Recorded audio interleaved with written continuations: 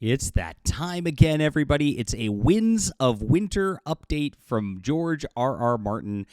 He's still not working on it. I mean, it just gets more absurd every single time. I do definitely agree with Daniel Green's video that he made the other day, or a couple weeks ago now, I guess, where he's like, I'm not even covering any of the updates or anything because it's clear he's not working on it. It's clear he's not going to work on it. It's clear it's not going to get finished. Now, this is pretty interesting. As I talked about this, I actually spoke with an editor who has worked at some major mainstream publishing companies, including George R.R. Martin's out there. And I have a little bit of information that he doesn't have verified, but he's heard it from people inside, which is pretty interesting. I might come out with that tomorrow as I kind of go through and dig into the more information on this. But it might be a different story than we're actually thinking. I'll tease that for now. So make sure to hit the like and subscribe button so we don't lose you, my friends. Make sure to get on my newsletter in the description below as well, just so I keep in contact with you guys. You never know. I'm going to find you with the algorithm again. I am a fantasy and science fiction writer myself, and this is my book for Steam and Country. It's a airship adventure, steampunk, lots of fun. It's got 6 books to the series. It's all available on ebook, print, or audio for your convenience. If you want to check out something different from a good author who likes you and actually respects you as a reader, this is a great place to be. I get a lot of work done over here, and I appreciate you guys being there. This is in the description below. Thank you guys so much for reading. It's been awesome. And yes, every one of these videos, like George R.R. Martin fans, just come right on over, and I love it. Thank you so much. It's been an amazing year for reading and the like. So yes, we got a new one right here, and I'll just go over the whole background of George R.R. Martin's last year of not working on this. We are now, when was this due? 2011, 2012? So we're like 13 years into it being late as a book. And so he's very, very busy, George R.R. Martin, as we know. The excuses never end. And, you know, I've said this before. My reason, I know why he's not doing it. He knows that he doesn't have an ending that's going to work very well. He knows that he wrote himself into a corner with far too many perspective characters to actually wrap anything up in one book. You know, and he knows that the only answer to fixing that is like slaughtering 2/3 of his perspective characters, like the very opening, and then moving on from there, which then makes all those perspective characters kind of useless, and so it's kind of bad writing. So he's in a no-win scenario because of how he wrote this series, which just was not planned very well.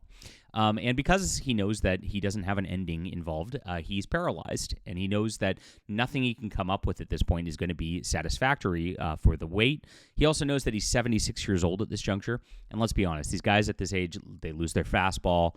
They, can't really just pack those punches emotionally like they used to. It is what it is. We just had this with Terry Brooks. He actually admitted it, giving up his Shannara series because he knows he really can't do it anymore. I think Martin's kind of in that state as well, to be honest, at this point.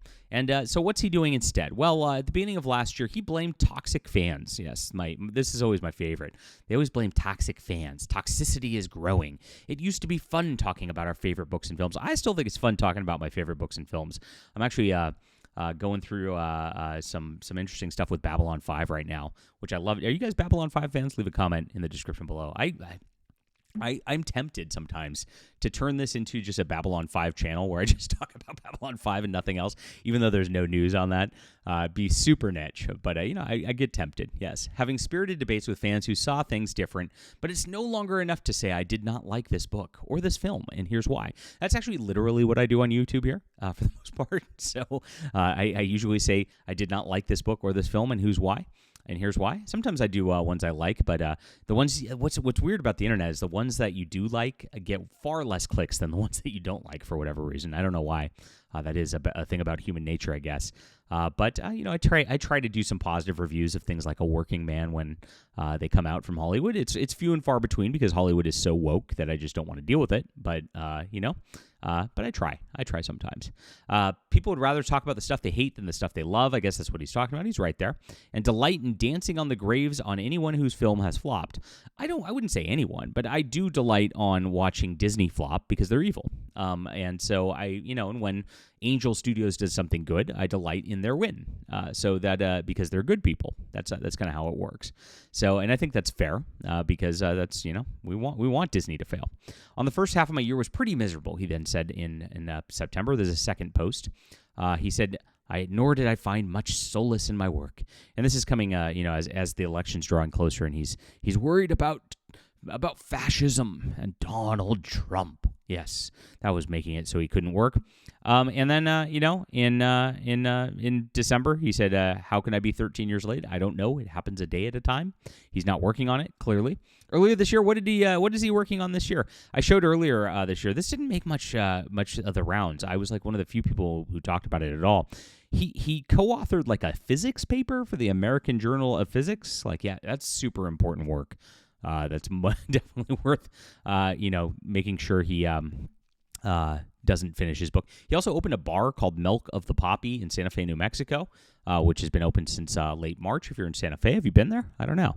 But yes, busy running his businesses, busy writing physics papers, busy doing other stuff. And now what? So now there's going to be a new Hercules animated movie, which I don't know why, and I don't know that anybody's really asking for this, but they're going to do it, yes. And so this is a weird one. The film will adapt the legend's 12 Labors, which is like the big Hercules story in mythology, but they're like modernizing it, but not all the way, retold from a perspective of a farmer in 1920s Mississippi. What? I just like, why? So that's just how they do things. And I think farmer from 1920s Mississippi is going to be black guy who's going to be oppressed because, this is Hollywood. I mean, that if you kind of just like read into the way that they do things, you can't just have a Greek, sort of God sort of deal, sort of situation, European culture or anything like that. No, that's illegal. You got to have a black guy from Mississippi, be the real lead, right? And that's what it sounds like they're trying to develop right here. I'm not really enthused about this. And here we are. If anyone understands the power of epic stories and expansive franchises, it's George R.R. Martin, said David Stewart II, the boss of production of Lionforge Entertainment. Yes, if anybody understands how not to finish them, right? For sure. He sets up a doozy, but geez, doesn't stick those landings so much. With a dozen tough jobs, we're reimagining a timeless legend through fresh, culturally rich lenses. This scares me. A fresh, culturally rich lenses. Jeez, this isn't just a retelling; it's a groundbreaking take. We're going to subvert expectations for modern audiences, my friends. Unlike anything audiences have seen before, grounded in history but pushing myth into uncharted territory. Now, they always do this. They take these classics and they want to put their stamp on it. And that's what the woke do every single time. And it's just so maddening. You can tell right away just by the way they're marketing this that this is just going to be something that's just not worth going to whatsoever. Now, like I said at the beginning of this video, Martin's 76 years old. So when he takes on a producer role on a big Hollywood film, he's definitely not going to be then, taking his little nap time to write anymore for The Winds of Winter. This is very clear that, yes, like Daniel Green is saying, he's not going to be likely to finish this.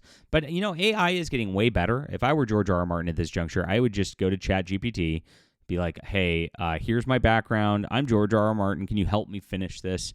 And ChatGPT will do that for him. It'll make, at least the audiences will get something. And it'll be pretty internally logically consistent because it is an algorithm building it after all. So what do you think about this? Leave a comment down below. Love to hear from you guys. This is the George R.R. Martin update of the week. Still not working on the book whatsoever. Funny stuff. And this is just a stupid project. I can't even. Why is he even taking this? I guess anything but work on this book, right? Please hit the like and subscribe button. Sign up for my newsletter, guys, so I stay in touch with you guys, and you can learn about my new books when they always come out. And grab For Steam and Country, and grab this whole series. It's available on ebooks, print, and audio. It's a lot of fun. I think you'll like it if you enjoy swashbuckling fantasy.